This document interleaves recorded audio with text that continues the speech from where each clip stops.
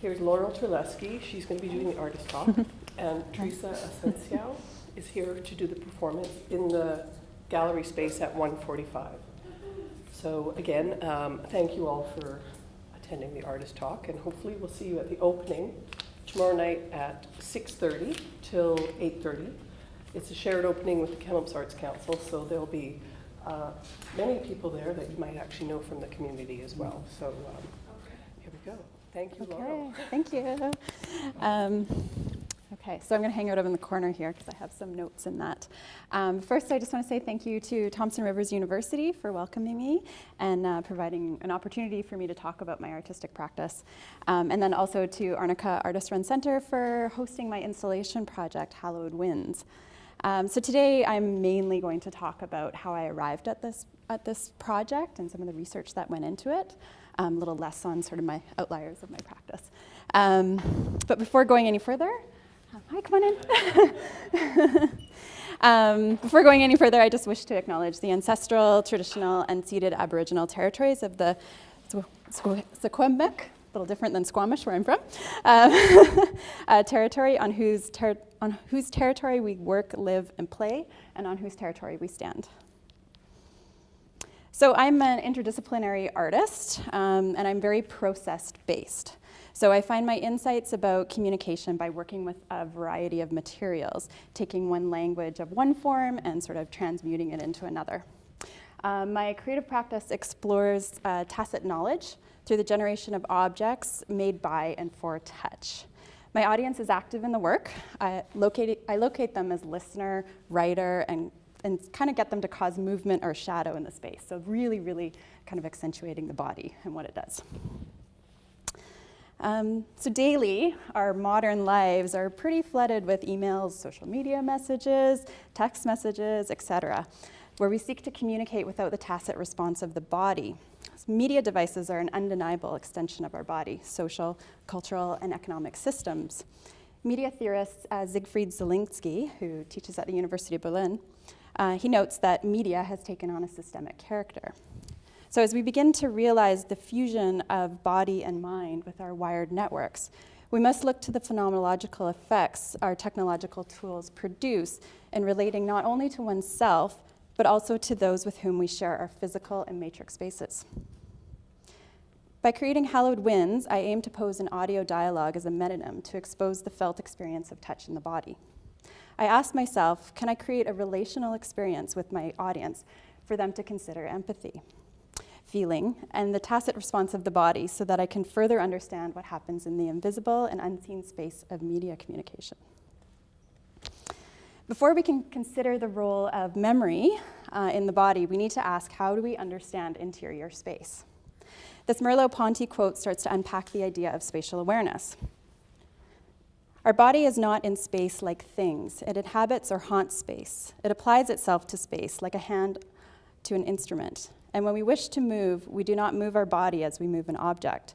We transport it without instruments, as if by magic, since it is ours, and because through it we have access to space. My artistic research leading up to envisioning Hallowed Winds explored how the body leaves its trace in materiality. In considering the presence and absence of how the body marks a space, the movement of my bed's pillows and sheets after the horizontal shifts of the body, once entwined with them, offers an eloquent description and metaphor. So for 6 months, during 2013, daily I photographed my marked sleeping space, and then I continued to hold the space by meditating on each of these photographs while translating my observations to a series of graphite marks on paper. The drawings are descriptive portrayals ranging across feeling open and inviting, hiding something, being pushed aside, grasping for security, and convey a sense of being lost.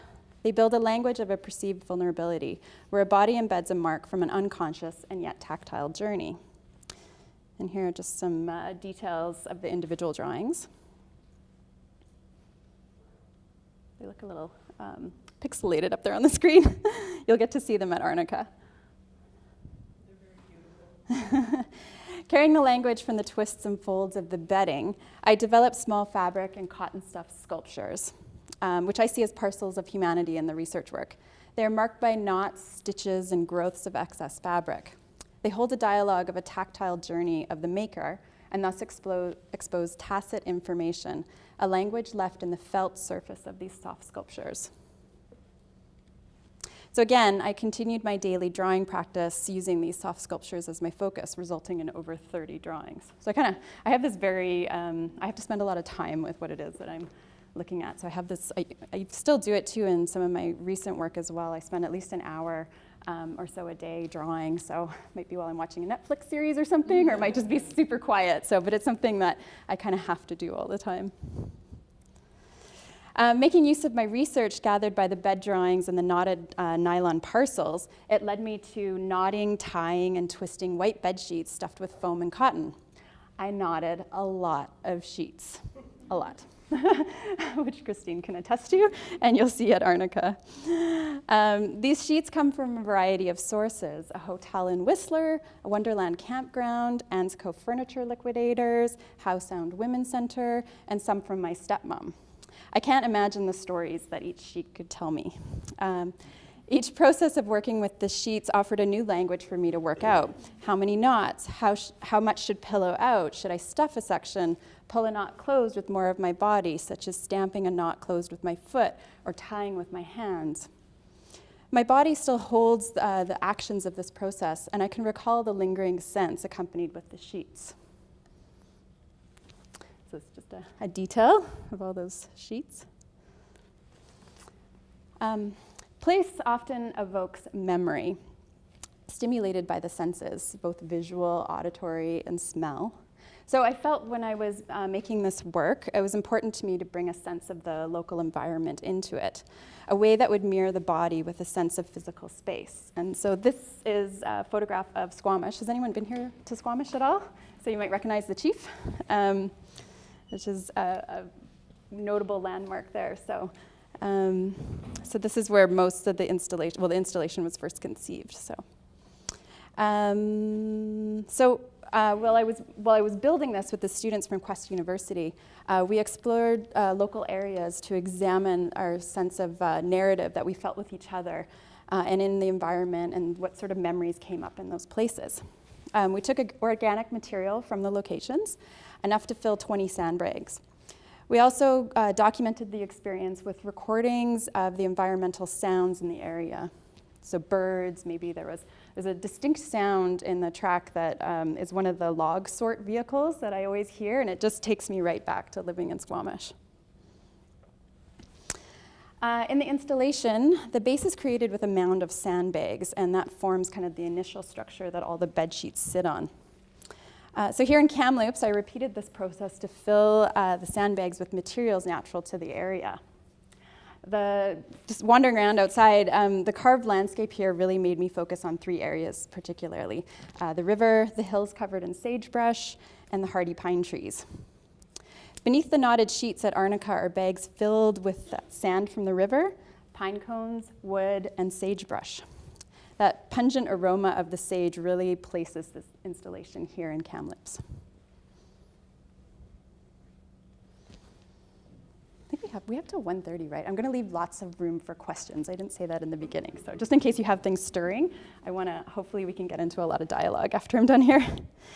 So this is building the work during its install at Quest University. It was quite a large space, so you can see the sandbags kind of making a bit of structure there.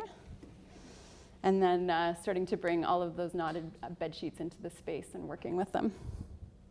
And then it ends up looking like that, sort of. So, and it can kind of change how it's formed a bit. At Arnica, you'll see it's a little bit more stretched long. So the installation features 2 channels of audio. The perimeter has 3 speakers that face in on the mound, and those play the environmental sound loops that I mentioned just previously. The audio was edited so it spans day to night sounds of Squamish in an 8-minute loop. My favorite in that is the frogs' sounds at night. The audio is set to kind of a low volume and intends to fill out the space. Inside the mound of bed sheets are 3 more speakers, and those have loop tracks of dialogue. Participants are invited to sit or lie on the mound in order to hear the audio at different regions. That diagram just kind of gives you a top view. And there you can see people interacting with it. Earlier, I sought out stories from the local community where they recalled a gesture of being touched and touching that was meaningful to them. These instances are often deeply felt and recalled with great vividness. They are devoid of materiality, and yet they connect us intimately with another person. I received many stories, stories about love, death, a hug from a stranger, family members lost to dementia or Alzheimer's, protection, and body perception. I worked with the students at Quest U to record these stories. They acted out these narratives as if they were their own, calling forth their sense of empathy. Each story was repeated by many voices, so I got the students to kind of interchange. So you hear the same story, but it will be spoken by a female, be spoken by a male, somebody else. So I did this because it starts to bring in a question of authenticity, much like the digital experience. Who is it on the other end of that wire? What information is conveyed when the body isn't present? And to give you a feeling of this installation, I have a 2-minute video from the previous install at Quest U. So I'm going to turn my speakers up as loud as I can, if it'll let me.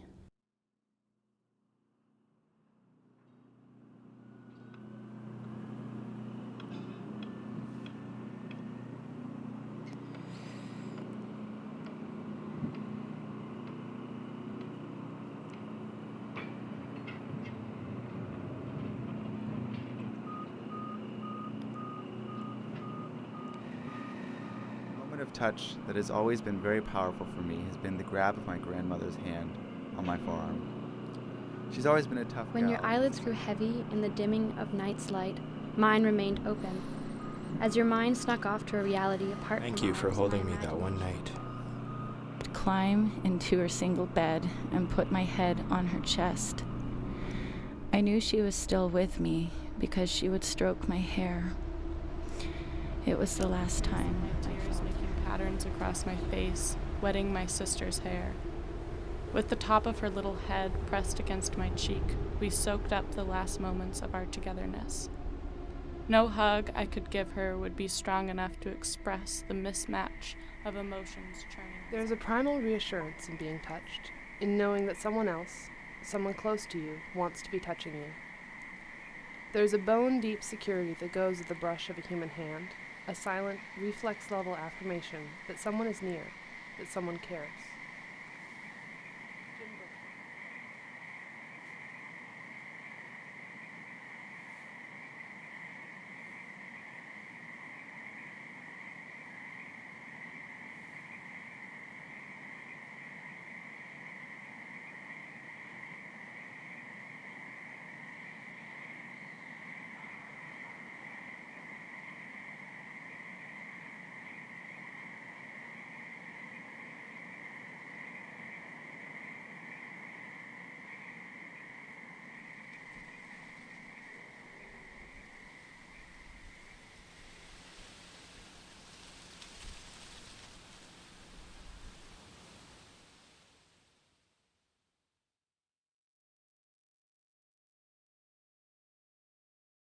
Hopefully you could all hear that okay. You'll get to hear it more at Arnoka.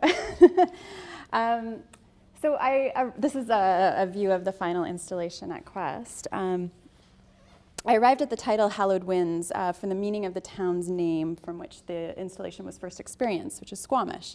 That's translated to Mother of the Wind. And if you've been in Squamish, between 1 and 4 p.m., it's really windy. So if you bike downtown, it's a lot harder in the afternoon than it is in the morning. So it's just like one of those things to remember. When I think of wind, I also think of breath, movement, and fleeting moments of temporariness.